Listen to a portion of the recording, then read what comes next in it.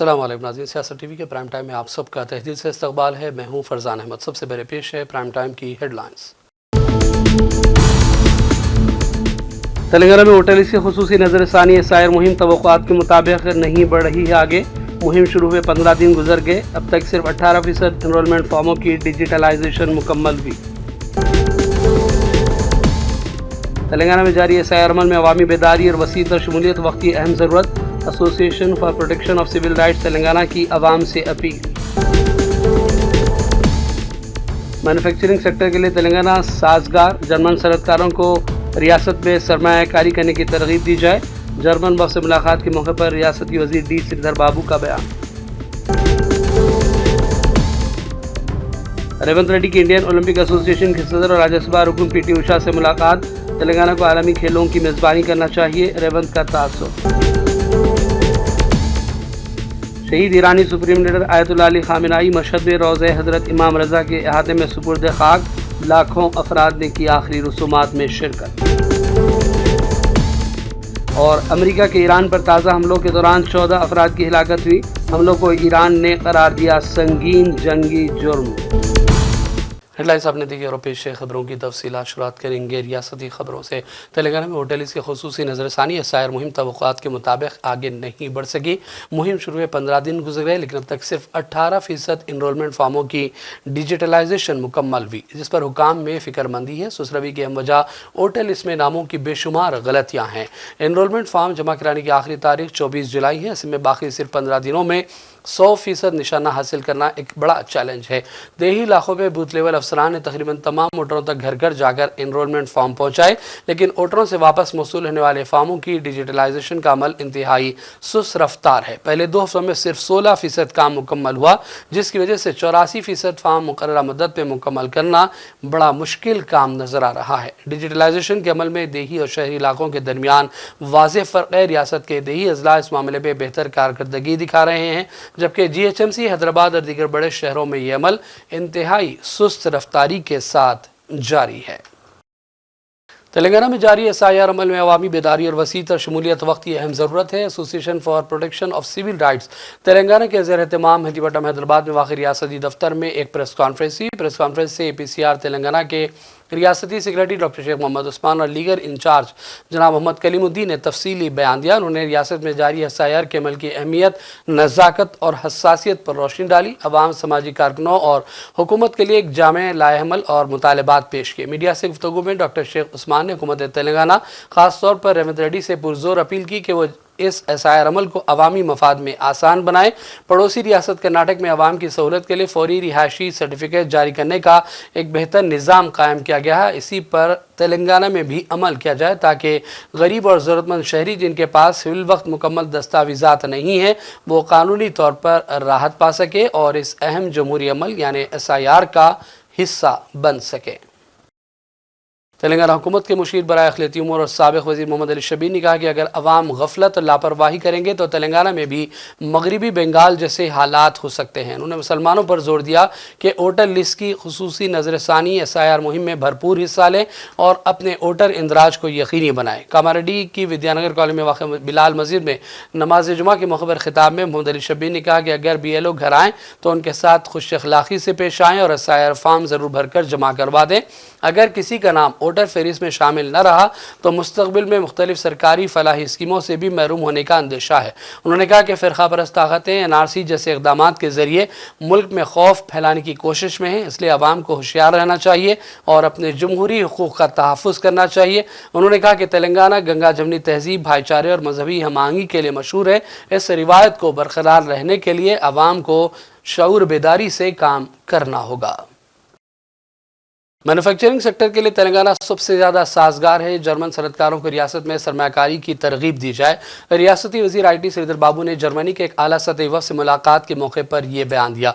उन्होंने कहा कि तेलंगाना मुल्क की दीगर रियासतों के मुकाबले मैन्युफैक्चरिंग सनतों के क़याम के लिए साजगार है और सरमाकार दोस्त सनती पॉलिसी, आलमी मेयार के बुनियादी ढांचे और हुनरमंद अफरादी क़ुव्वत के साथ तेलंगाना को आलमी मेयार के मैन्युफैक्चरिंग हब में बदलने की मनसूबाबंद कोशिश में है।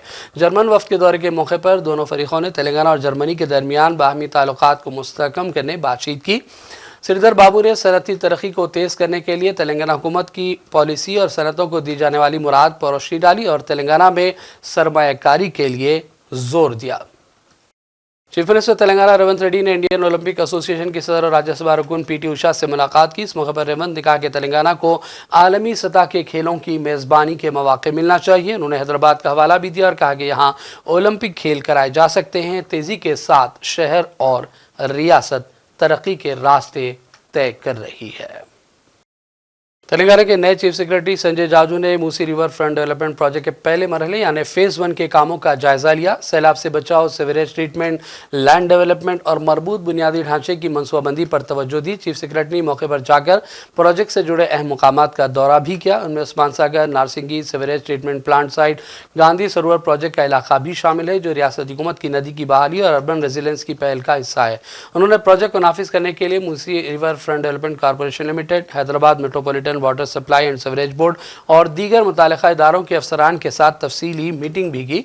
इस जायजे में सैलाब के इंतजाम यानी फ्लड मैनेजमेंट के इक़दामात, सीवरेज ट्रीटमेंट के बुनियादी ढांचे के इंतजाम, ज़मीन की तरक्की की तैयारी, कॉरिडोर की सतह पर बुनियादी ढांचे की मनसूबाबंदी जैसे मौज़ूआत पर गौर हुआ।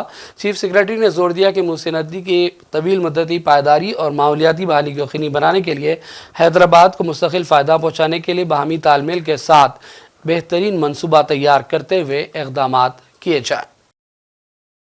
बीजेपी लीडर शशि रेड्डी ने दावा किया कि तेलंगाना में बीजेपी सरगर्म है और रियासत में अगले इलेक्शन में हुकूमत में आने की पूरी कोशिशें कर रही है। आइए देखते हैं शशि रेड्डी का ये बयान।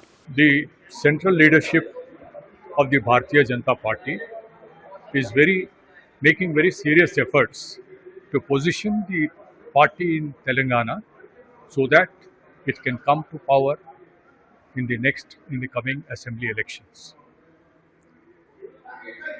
Shri J.P. Nadda, the Honorable Union Minister and former National President, is here today.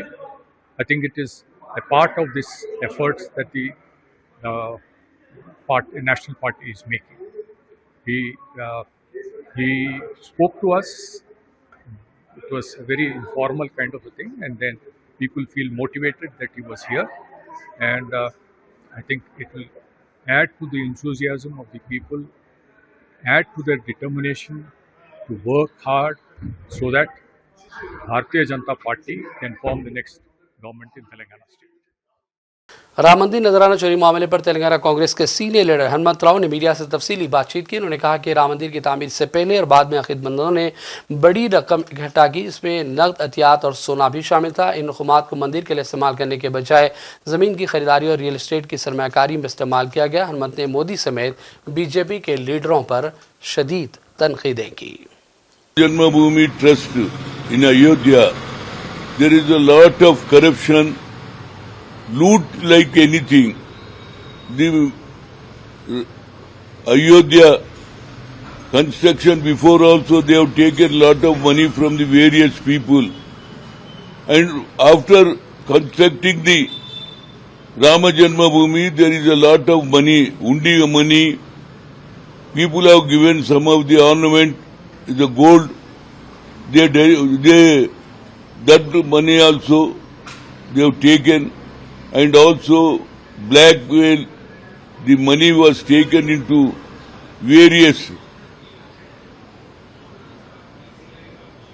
construction of the land, also villas. Not only that, they have investment in the real estate also, including market. The money has floated from the hundi money has gone to the some their people. After that, that money has gone to the stock market. So how much money was taken by the Rama Janmabhoomi temple money, where it has gone after 15 days. Now RSS is talking about this issue. Now Narendra Modi also thinking after only sit investment is inquiry, city is making investigation, it is not correct. In Tirupati, there is a small issue for laddu. Laddu preparing, they are used for ghee. that also the real ghee is not there. That inquiry has taken. اور اب بات کریں گے موسم کے حوالے سے۔ حیدرآباد کے محکمہ موسمیات کے مطابق تلنگانہ میں 15 جولائی تک مانسون میں وقفے کی صورتحال برقرار رہے گی۔ ریاست کے تمام اضلاع میں پہلے ہی معمول سے کم بارش ریکارڈ بھی ہے، جبکہ آئندہ 2 ہفتوں کے دوران بھی زیادہ بارش کا امکان کم ہے۔ محکمہ موسمیات نے کہا ہے کہ مانسون کے موسم میں بھی موسم گرما جیسی صورتحال ہے۔ ریاست بھر میں درجہ حرارت میں اضافے کا بھی اندیشہ ہے اور کئی اضلاع میں درجہ حرارت 35 ڈگری سیلسیس سے زیادہ ریکارڈ ہو سکتا ہے۔ گزشتہ 24 گھنٹوں کے دوران کہیں کہیں بارش ہوئی، جبکہ گرمی کی شدت میں اضافہ ہوا۔ ماہرین نے خبردار کیا کہ 10 سے 15 جولائی کے درمیان تلنگانہ میں درجہ حرارت بڑھ سکتا ہے۔ خاص طور پر 12 تا 15 جولائی کے دوران گرمی کی شدت عروج پر پہنچنے کا اندیشہ ہے۔ خاص طور پر مشرقی تلنگانہ کے اضلاع میں درجہ حرارت 37 سے 40 ڈگری سیلسیس تک پہنچ سکتا ہے۔ حیدرآباد میں بھی درجہ حرارت 35 سے 37 ڈگری سیلسیس تک رہنے کا امکان ہے۔ اس دوران بعض مقامات پر ہلکی بارش یا بوندا باندی ہو سکتی ہے۔ محکمہ موسمیات نے کہا کہ آئندہ 5 دنوں کے دوران تلنگانہ کے بعض مقامات پر ہلکی بارش ممکن ہے، جبکہ 40 تا 50 کلومیٹر فی گھنٹے کی رفتار سے ہوائیں چلنے کا امکان ہے۔ اور اب بڑھتے ہیں بین الاقوامی خبروں کی جانب۔ ایران کے شہید لیڈر آیت اللہ علی خامنہ کی مشہد میں تدفین کر دی گئی۔ خامنہ کی تدفین روضہ حضرت امام رضا کے احاطے میں ہوئی۔ نماز جنازہ ان کے بڑے بیٹے آیت اللہ سید مصطفیٰ خامنہ نے پڑھائی۔ شہید سپریم لیڈر کو الوداع کہنے کے لیے مشہد کی سڑکوں پر انسانی سروں کا سمندر دیکھا گیا۔ ایرانی میڈیا کے مطابق شہید آیت اللہ علی خامنہ کی تدفین اور جنازے کی 6 روزہ تقریبات تہران، قم، نجف، کربلا اور مشہد میں ہوئی، جس میں تقریباً 4 کروڑ 30 لاکھ افراد مجموعی طور پر شریک ہوئے۔ خامنہ ای کا جسد خاکی نجف سے ایران کے شہر مشہد لایا گیا۔ ایرانی فضائیہ کے طیاروں نے جسد خاکی لانے والے طیارے کو حصار میں لے کر مشہد ایئرپورٹ پہنچایا، جس کے بعد تدفین کے تمام مراحل مکمل کر لیے گئے ہیں۔ ایران کی وزارت خارجہ نے امریکہ کے تازہ حملوں کی شدید مذمت کی اور اسے سنگین جنگی جرم قرار دیا اور امریکی انتظامیہ کو شرپسند اور نفسیاتی مریض قرار دیا۔ وزارت خارجہ کے مطابق تہران کو مشہد سے ملانے والے پلوں اور ریلوے لائنوں کو بھی نقصان پہنچا، جہاں سابق سپریم لیڈر کی آخری رسومات ادا کی گئی۔ ایران کی وزارت صحت کے مطابق 5 صوبوں میں ہونے والے حملوں کے نتیجے میں 14 افراد لقمہ اجل بنے، جبکہ 78 دیگر زخمی ہوئے۔ امریکی حملوں کے بعد خلیجی ممالک نے بھی ایرانی حملوں کی اطلاع دی۔ بحرین کے دارالحکومت منامہ میں دھماکوں کی آوازیں سنی گئی۔